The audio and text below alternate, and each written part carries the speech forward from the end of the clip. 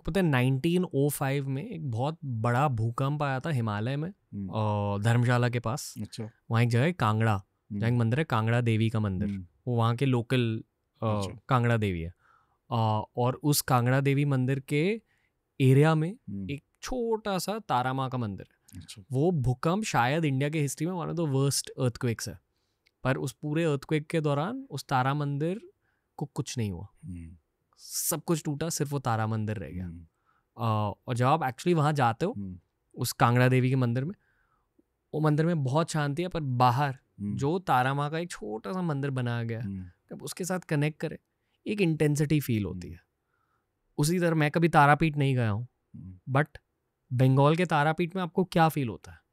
माँ Tara is alive. She is, Tarapith तो इतना जागृत जगह है। कोलकाता में ही है? नहीं, कोलकाता से 4-5 घंटा इंटीरियर में। और एक है माँ तारा का, तारा जो शब्द है इसमें आंखों के साथ एक लिंक है, आईज।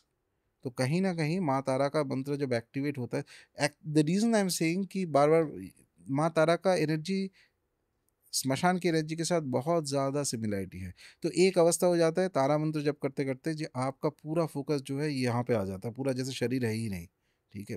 और ट्रिमेंडस एक अद्भुत एक शक्ति, जैसे कि एक एक इलेक्ट्रिसिटी आपके पूरे बॉडी में चल रहा है, और कुछ डर नाम का कुछ है ही नहीं, सवाल ही नहीं पैदा होता है, नथिंग टू फियर, एब्सोल्युटली एकदम से जैसे एक आयरन के तरह आपका माइंड बन जाता है। और दैट यहाँ पे वाइब्रेशन इतना तीव्र हो जाता है, आपको यू विल गेट टू सी, आपका ऐसा नॉलेज आता है उस समय पे, एक नॉर्मल नॉलेज के बियॉन्ड जो नॉलेज आता है, उसी चीज़ को वही नील सरस्वती स्वरूप में माँ तारा किसी को दे सकती है, and that is not normal. और उसमें दूसरा एक ब्लेसिंग होता है माँ तारा का, अगर माँ तारा किसी को कुछ ब्लेस करती है तो वो that person for centuries will be remembered.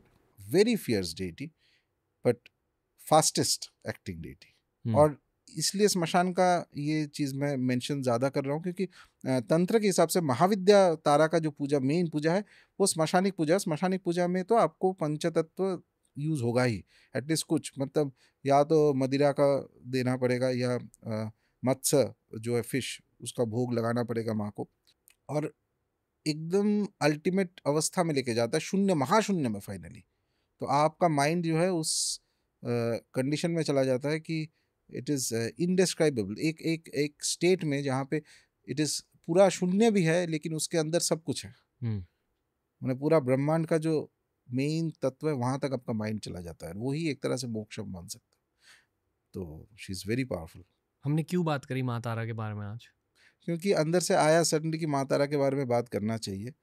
और देवी के साधना के बारे में जब बात होता है, कहीं ना कहीं मुझे माँ तारा, क्योंकि उनको मैं पूछता हूँ काफ़ी सालों से, और many times in many problems, और माँ Tara has help me a lot. एक टिबेटन तंत्रा का मंत्र है, ओम तारे तू तारे तारे सोहा। अब इसी तारा माँ की, तारा एक ही है लेकिन टिबेटन तंत्र में जो है माँ का स्वरूप और विस्तारित है, 21 डिफरेंट फॉर्म्स है जितना मुझे पता है। और ये मंत्र टिबेटन तंत्र में भी है, और हमारे पुराने एकदम माँ तारा के जो तंत्र है, शायद अगर मुझे याद ठीक से है तो मंत्र महादधि में शायद ये मंत्र का मेंशन किया हुआ है। हिंदू कंपेंडियम है वो, हिंदू तंत्र के, बहुत पुराना है। लेकिन बाद में जो मेन माँ तारा का जो मंत्र से पूजा जाता है उसमें वो पंचाक्षरी मंत्र होता है, ठीक है, वो लेकिन बिना गुरु के वो तो एकदम टच ही नहीं करना चाहिए। एक माँ तारा का एक चीज़ होता है, माँ तारा का मंत्र साधना कोई करने जाएगा तो पहला चीज़ है उनका जो सीजर्स है वो एक्टिवेट होगा, आपका लाइफ में एकदम सब कुछ साफ हो जाएगा। और जब साफ होने वाला है तब आपको दर्द भी लगेगा, ब्रेकअप होगा, नहीं, दोस्त लॉट ऑफ जब निकलेंगे। जब जहाँ जहाँ जो जो चीज़, एनीथिंग जो आपको ब्लॉक कर रहा है, चाहे आपका ईगो जितना भी पसंद करे ना करे, उस चीज़ को हटा दिया जाएगा ताकि आपका रास्ता स्मूथ हो जाए आगे का। ओके। अगर किसी में वो शक्ति है कि साधक को बस यही करना है कि माँ जो है, माँ को पकड़ के रखना है, डरना नहीं है थोड़ा। इसीलिए ये जो महाविद्याओं का साधना है, कालीकुल का जो देवियाँ हैं या माँ दुर्गा का, थोड़ा कहीं ना कहीं आप में वो क्षत्रिय भाव रहना चाहिए। भगवान कृष्ण के जो साधना होता है उसमें आप शरणागति में रहे, जब उनका कृपा होगा तो आपको एलिवेट कर देगा। माँ का साधना वैसा नहीं है, वो दैट शौर्य भाव रहना चाहिए, जो शक्ति भाव। आपको साधना करते करते मंत्र जो आपको शक्ति ऊपर लेके चला जाएगा। You rise up to meet her. आपको यहाँ पे नहीं रहना है, वो ऐसा नहीं कि आपको चुपचाप बैठे रहना है, वो सामने से वो आएगी आपको दिखा। यू हैव टू, वो मंत्र का नेचर ही है आपको ऐसे एनर्जी को ऊपर ऊपर लेते जाएगा, जाते जाते फाइनली एक स्टेज आएगा, आप बस उनके सामने आप झुकेंगे, बाकी आप यू डोंट केयर। आप मानते हो कि कुछ सनातनी ऐसे होते हैं जो स्पिरिचुअल ईगो में आकर थोड़े घमंडी हो जाते हैं अपने खुद के देवता के बारे में? सनातनी का बात नहीं, पूरा वर्ल्ड में होता है, ईगो तो नेचुरल है। मतलब अलग अलग धर्मों में आपस में ही झगड़े होते हैं, हाँ वैसे ही झगड़े यहाँ भी होते हैं थोड़े बहुत, सब जगह पे होता है। बहुत सारे सनातनी ऐसे होते हैं जो तंत्र की बातों से ही डरते हैं, और जब आप कहते हो कि आप भैरव को पूज रहे हो या काली माँ को पूज रहे हो, आपको खुद से कम मानते हैं, ये मैंने नोटिस किया है। समझा नहीं। अच्छा वो तो हाँ, वो तो कौन किससे क्या मान रहा है उससे क्या फर्क पड़ता है। एक तो पहला चीज है कि किसी का अगर ओपिनियन होता है तो आई मस्ट हैव कि उस जो व्यक्ति है, क्या मैं उस व्यक्ति को उस दर्जे पे रखता हूँ, उसका वो मेरे माइंड में वो सम्मान है कि उसका ओपिनियन कुछ मैटर करता है। नहीं मैटर करता दुनिया में ओपिनियंस। एक मैं इंग्लिश में कोटेशन कहीं पे देखा था, जिसका मैं हिंदी तो ट्रांसलेट नहीं कर सकता, मैं इंग्लिश में बता रहा हूँ कि opinions are like armpits, everybody has one, कोई मतलब नहीं है उसका। या तो तुम में औकात है तो तुम्हारा ओपिनियन लोग फिर कंसिडर करेगा, नहीं है रखो, सुबह रखो, शाम को रखो, कल बदलो, परसों, क्या फर्क पड़ता है। तुम में अगर शक्ति नहीं है तो तुम डोरमैट हो, ये है दुनिया का प्रिंसिपल।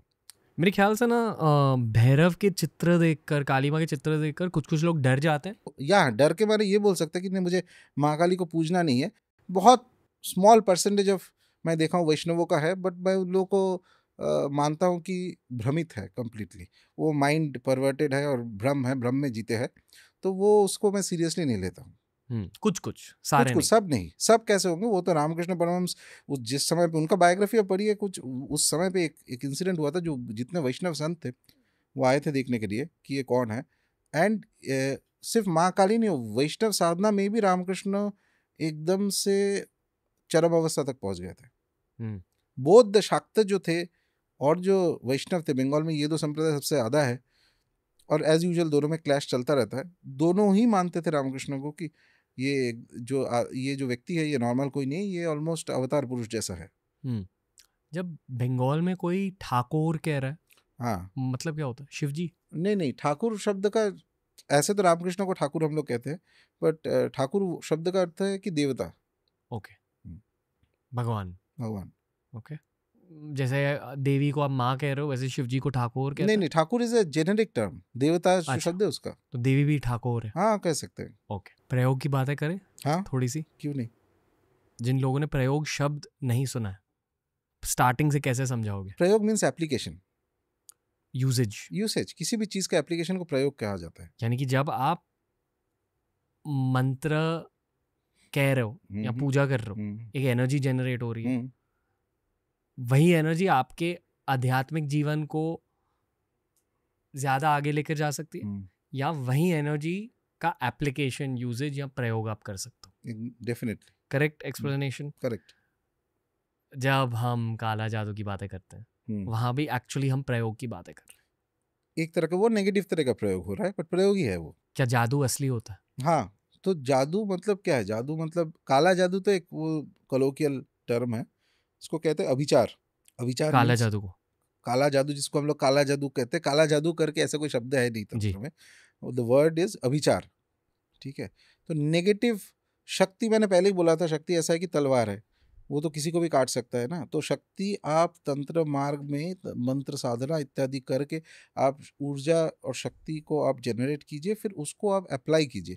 जैसे लाइटनिंग जो है, विद्युत जो है, लाइटनिंग को आप अगर कोई यूज़ कर सकते हो, उससे इलेक्ट्रिसिटी बन सकता है, या किसी के ऊपर गिरे तो वो मर भी जाएगा। तो शक्ति वैसा ही है, एकदम रॉ एनर्जी है, पावर है। अब इसको कैसे मॉडिफाई करके किस तरीके से यूज़ होगा नहीं होगा, वो उपासक के ऊपर डिपेंडेंट है। ठीक है, तो इसमें काला जादू जिसको कहते हैं उसको बेसिकली अभिचार, ब्लैक मैजिक जिसको इंग्लिश में कहते हैं, वो अभिचार किया, अर्थात किसी का अनिष्ट करना इतना कठिन नहीं है, बहुत होता ही है, पूरा इंडिया क्या पूरा वर्ल्ड में होता रहता है। बिकॉज ये काला जादू का तंत्र से लिंक नहीं है, काला जादू मतलब कि आप ऑफिस में जा रहे हो या आपके साथ किसी का दुश्मनी हो गया, कहीं ना कहीं आप अंदर ही अंदर आप सोच रहे हो कि अरे उसका कुछ अगर ये हो जाए, नेगेटिव हो जाए तो कितना अच्छा होगा। द मोमेंट वो थॉट आपके दिल हृदय में आता है, हार्ट में आता है, माइंड में आता है, तो वो काला जादू का तो चालू हो ही गया है। आप किसी पे नजर डाल रहे हो। हाँ, नजर डालते हो, एग्जैक्टली।